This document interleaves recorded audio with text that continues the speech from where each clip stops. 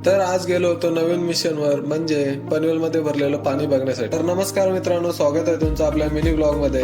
तर आजच्या दिवसाची सुरुवात झाली आपल्या ऑफिस मध्ये आणि बाहेर काय पाऊस थांबायचं नावच घेत नव्हतं, म्हणून ऑफिस मध्ये येऊन बसलो होतो। मग त्यानंतर मग निघालो ऑफिस बंद करून, कारण कुठे जायचं नव्हतं। मग घरी येऊन मी आणि माझा मित्र निघालो मिशन वरती। मग आम्ही पहिल्यांदा आलो आमच्या बाजूच्या गावातलं म्हणजे शिवकर गावातल्या शाळेजवळ। तर बघू शकता नदीचे पाणी पूर्ण भरून बाहेरून वाहत होते। मग त्यानंतर आलो आम्ही आमच्या गावामध्ये उसरलीमध्ये। तर बघू शकता वरती चढण्यासाठी खूप स्ट्रगल केला आणि मग आम्ही पटरीवर चढलो। तर तुम्ही बघू शकता नदीचे पाणी पूर्ण भरून आजूबाजूच्या रस्त्यावर सुद्धा पाणी पूर्ण साचले होते आणि हळूहळू आपल्या गावाच्या दिशेने पूर्ण पाणी भरत चालले होते। जर पाऊस जर असाच चालू राहिला तर नक्कीच आमच्या गावामध्ये पूर्ण पाणी भरेल। मग त्यानंतर आम्ही निघालो पनवेलला जाण्यासाठी। मग आम्ही येऊन थांबलो पनवेल मधील तक्का गाव जवळ असणाऱ्या कल्पतरू गार्डन जवळ।